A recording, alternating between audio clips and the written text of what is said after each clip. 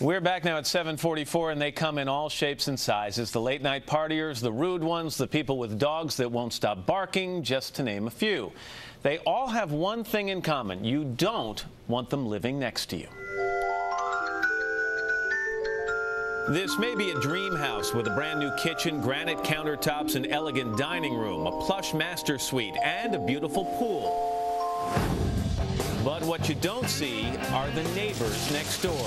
Something about throwing an object or something, was that happen? I threw a bagel and a piece of ham. I'm so frustrated with them. I can't have a full night's sleep at all because of that. The Osborns may not be your neighbors, but many of you can relate. In a recent survey, one of the top reasons for selling a home, the neighborhood, including bad neighbors. Kemp Howland and his wife had many restless nights once their new neighbors moved in. It would start with horn honking, then it would be tire squealing, then it would be people running in and out of the apartment, throwing things at each other and yelling at each other. Scream and slam, scream and slam. Now websites are popping up where homeowners can report horror stories like these. I had planted some flowers in the front yard over here, and I found my former neighbor pulling up all the plants that I just planted. She said, "I'm weeding for you." And I said, "But those aren't weeds." And she said, "I don't care, they're ugly." My neighbors have 4 large dogs that bark morning and night, wake me and the kids up. They had so much junk that they couldn't keep it in their garage. Lawnmowers, trash cans, ladders, toys, you name it. It filled up the whole yard up to my house. If you can't learn to love thy neighbor, as long as we're neighbors, you can count on us for anything you might be needing. your options may be limited. If you can't grin and bear it, put the for sale sign up. So what's a homeowner to do? Barbara Corcoran is today's real estate guru. Hey, Barbara, good to see you. Good morning, Matt. Let's take the emotional side out of this. Let's put the financial side into effect.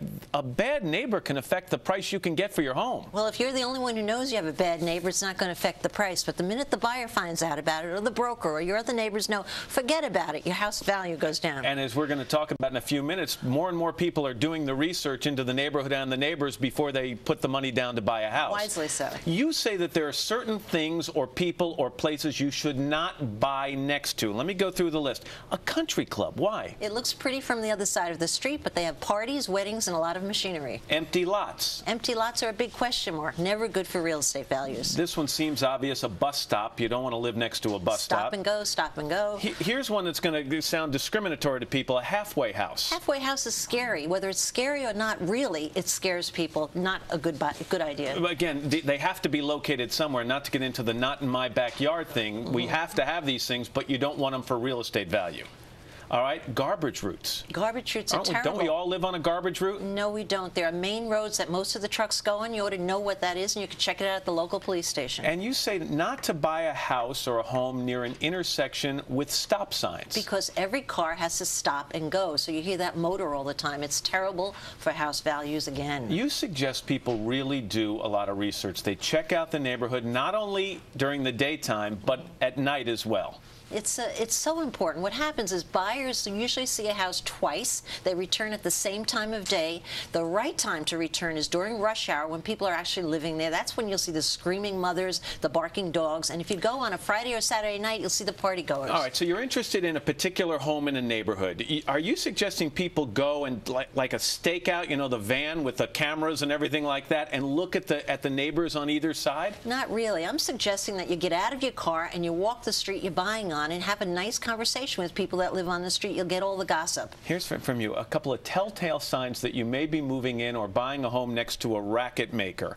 Things like, do they have a basketball hoop in their driveway, skateboard ramps, trampolines, all bad signs to you? All bad signs because they say one thing, noise.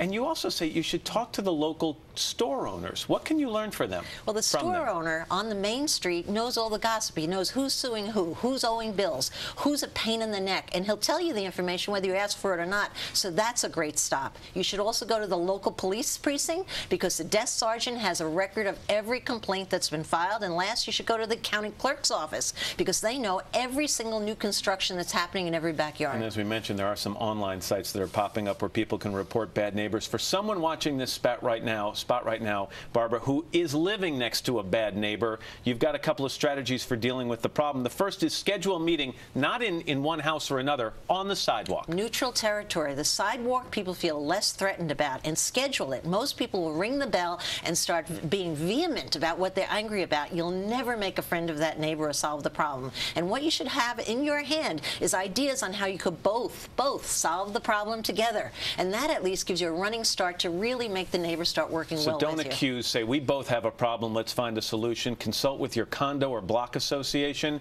And also, if you've got real difficulties, file reports with the police department. Because it gives you a record in case you really have to take it to a local court. All right. Hopefully none of us will live next to nasty. Hopefully we aren't nasty neighbors. Who knows? Barbara, thanks very much. My pleasure.